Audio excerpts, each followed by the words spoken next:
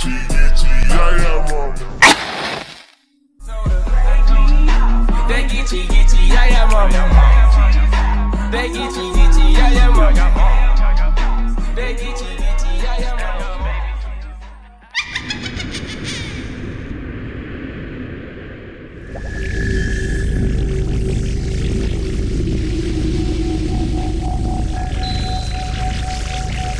Hello you all, I'm BlaqueWitchYaya. Thank you so much for tuning into this video. And today we are going to discuss the movie Daughters of the Dust. This was just such a powerful movie because I feel like it gave a visualization of what it was like for people just to separate from their roots and what their ancestors practiced, to explore their own thing, in some cases get manipulated into thinking that their practice is evil or nonsense. It just really showed like the breakage of it, but also remaining connected to your roots as well. And while we discuss this movie, I will be cooking up my crystal dry rub, which is a all-in-one crystal cleanser that can cleanse and charge all of your crystals, whether you want to sit them out in the sun, the moon, by your windowsill, put it at the bottom of your jewelry box so your crystals are always vibrating high. No low vibrational crystals, okay? So we are currently in a small Gullah community on an island off the coast of Georgia. So for all my Gullah Geechee people, I'm here for us. We are together. And I know some people watch this movie and said that they couldn't complete it because they couldn't understand what the characters were saying. And meanwhile, my Geechee behind is like, this is what I call perfect English. I had to train myself to not talk like that because it was just, I'm like, oh, I feel like I'm around my aunties. So good, so refreshing, just so reminiscent. So in this community, it's basically away from white society. So they were really able to connect with their ancestors, carry on their own traditions without too much interference. It was an island and their own people where everybody knew what was going on. You didn't have to hide anything, and they were really able to cultivate and craft their own magic, I'll say. So although this island sounds very peaceful, a lot of people wanted to leave the island, and two individuals that actually did leave this island by the name of Viola and Yellow Mary. Now let's get into Viola. So they're coming back to the island basically to help their other relatives who also want to leave the island to migrate north.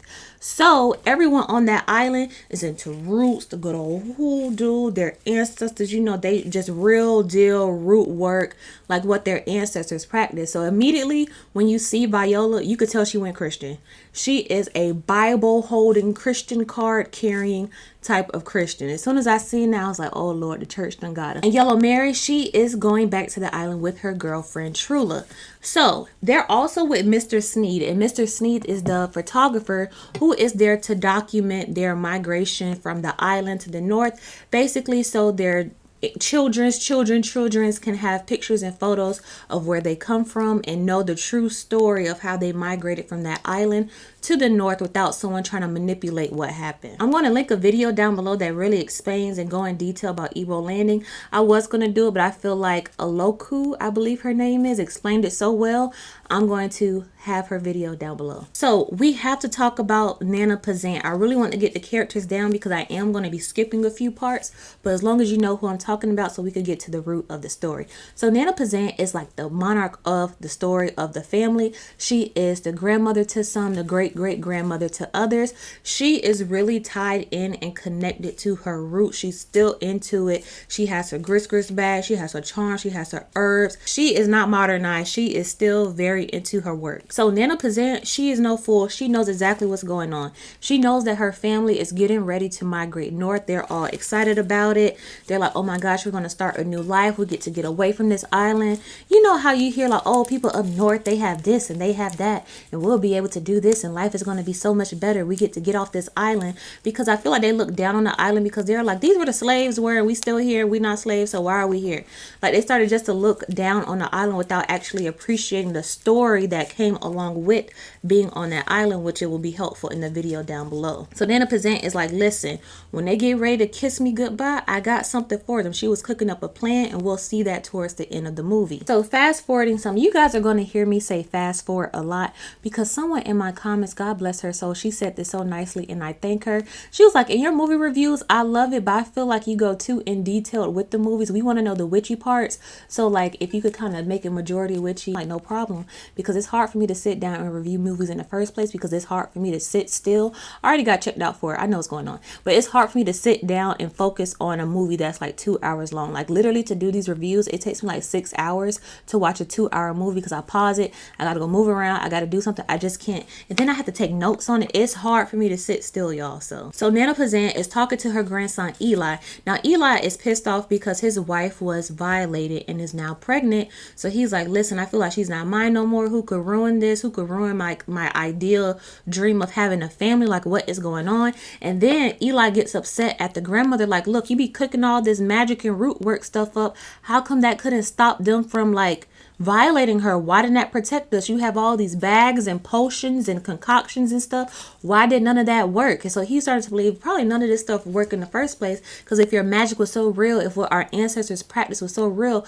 this would not happen. Now, stepping away from the movie, I feel like a lot of people have this kind of connotation when it comes to spirituality. They think, oh, I burn my candles, I wear my crystals, I light my sage, nothing can touch me. When you think about the world that we're in, something's gonna happen. We look at the world. If everything could be avoided by spiritual people, everybody would be spiritual. You are still going to face obstacles, face downfalls, have to go through stuff. But with you being spiritual, either you have a heads up about it, have a different type of intuition on how to heal from it, and you have different tools to help you along the way. But you're still going to face certain situations, no matter how bad they may be, no matter how much you may not deserve it.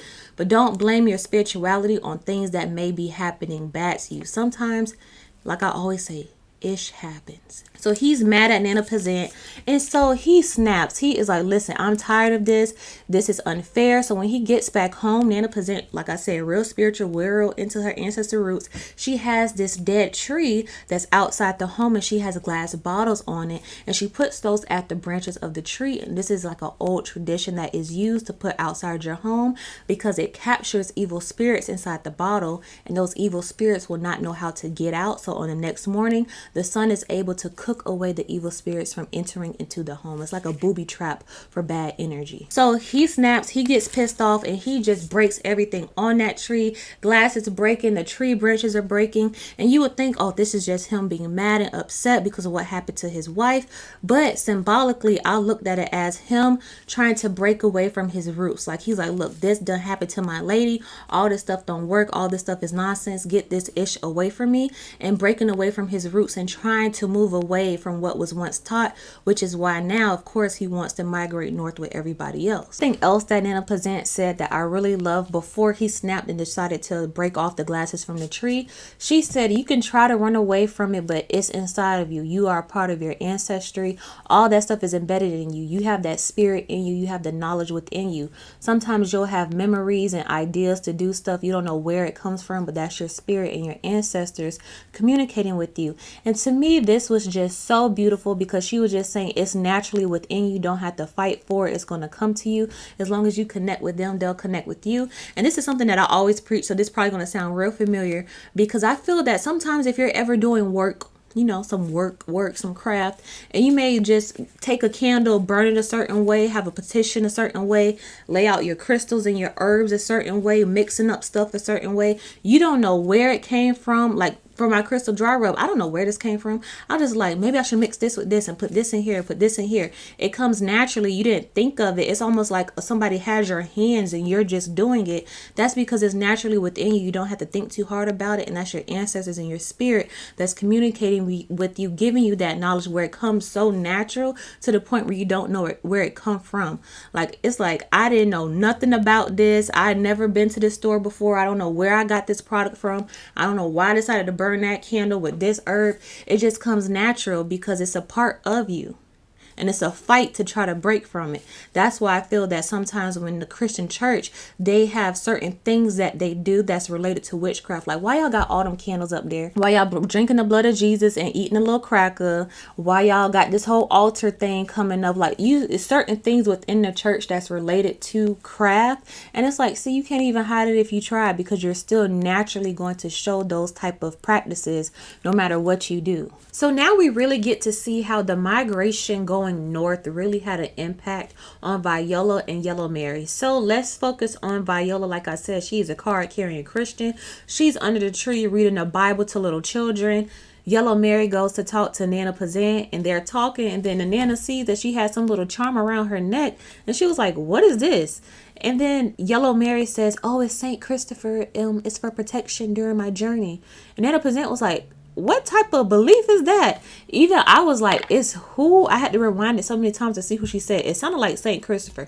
It's somebody that me and the Nana don't agree with. Like, we was like, who is that? Where did that come from? Basically, what gave that to you? Like, what is going on? Now, Eula, she is the wife of Eli, who was violated and is now pregnant. So she was talking to Yellow Mary. They're just, talking, catching up. And she tells her that she saw her mom last night. Her mom came to her. And then Yellow Mary's like, she's been dead a long time, Eula. And Eula's like, no, I saw her. She came to me. I wrote her a letter, had a glass of water, and I put some dried flowers in there, and I set it down for her. She came to me right away. And Yellow Mary is like, oh, Eula, you are really a backwater Geechee girl, ain't you? And starts laughing at her, basically not believing in it. And I'm just like, you just came from this island not 5 minutes ago. You don't know about how ancestors can come to you. And she had a glass of water with a note by her bed. She was doing the thing. She was doing it right. Watch my dream video about the glass of water. I'll link it down below if you want more information on that. But I'm like, she did everything right. Of course, her mama came to her. So the women are cooking up dinner, getting ready for supper. And they get into this conversation that literally almost made me cry.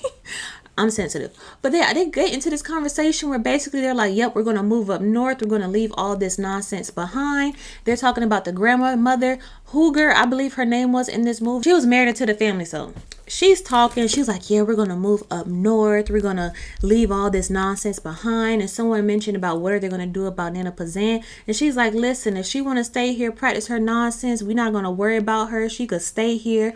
All of this foolishness, she has to leave those old slave mentality behind. She got to get rid of all that stuff. And of course, Viola, she doesn't want to talk about her grandmother bad. She's like, listen, that's still the grandmother. But Viola herself believed that all this is heathen stuff. And she even said, oh, before I left here, I didn't even know I was a sinner until I moved up north, because the church then got into her head. And so they're just like, oh, we're going to leave her. We're going to find new ways of living. This is so old school. You got to leave all this stuff behind.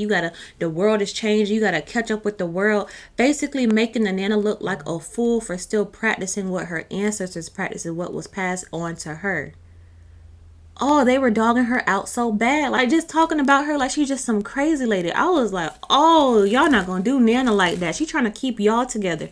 All those protection rituals she probably did while y'all was up there migrating, trying to be toot up in the north and all that stuff. And they talk about migrating north. One of the people went to Savannah. Girl, that's not even that north. So you can tell that Yellow Mary and Viola are starting to leave away from their roots. I feel that it was more so with Viola because she was like a Christian with the capital Cr. And with Yellow Mary, you can still tell it was embedded in her a little bit throughout the movie. Like while Viola was under the tree reading the Bible to the children, Yellow Mary was up there looking at the ocean. I'm like, yeah, you talking to that ocean because you know who out there. So Mr. Sneed is doing his job, capturing photos. He's a photographer that came to document it.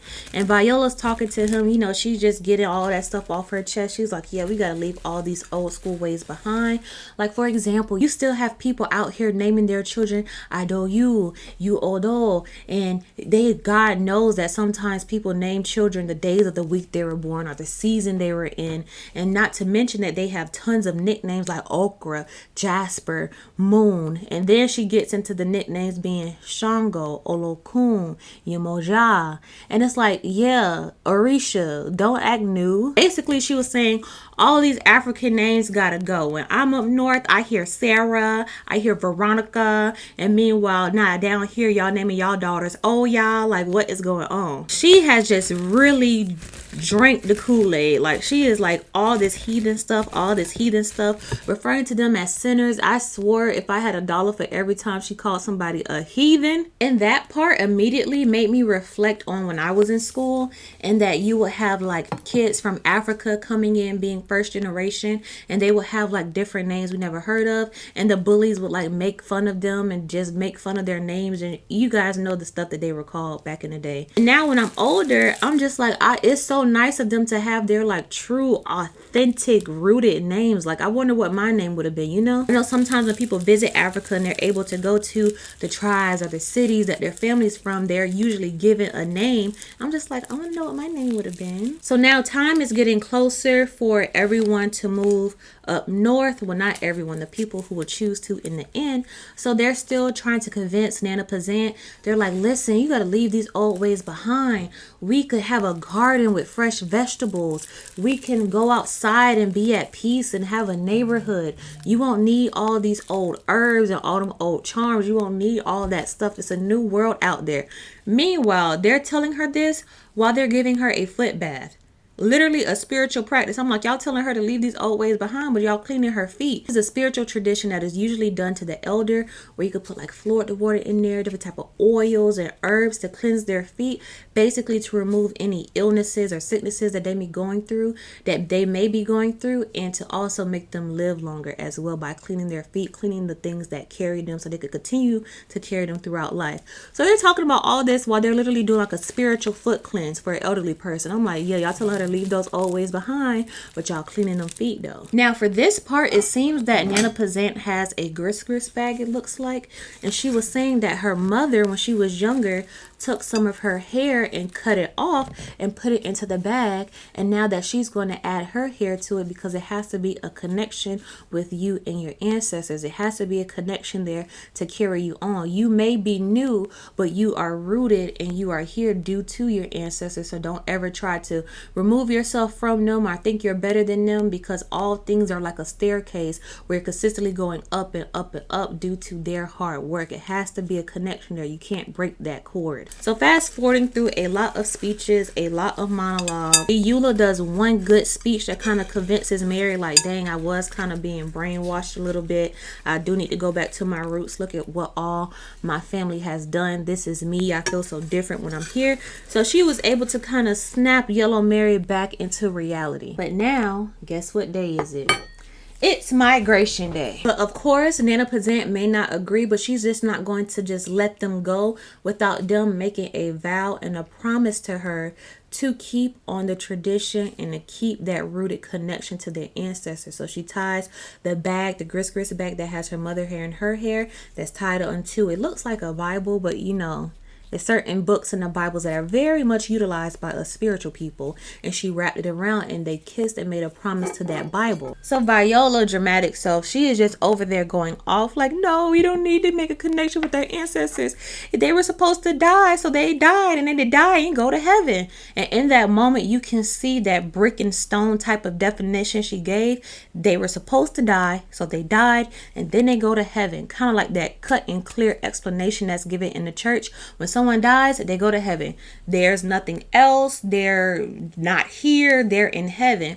But yet, on the contrary, usually with Christians, you see a lot. If you go into their home and someone passed away, you'll see a little nightstand or a coffee table with their picture, their watch, maybe like their favorite little purse or something there that everyone keeps there, and like, oh, look at Uncle so-and-so, look at Grandpa so-and-so. Or they may have a room where that individual slept in where no one wants to touch it, and sometimes if they miss them, they'll go into that room, and it's like, baby, you know, that's kind of like honoring your ancestors, right?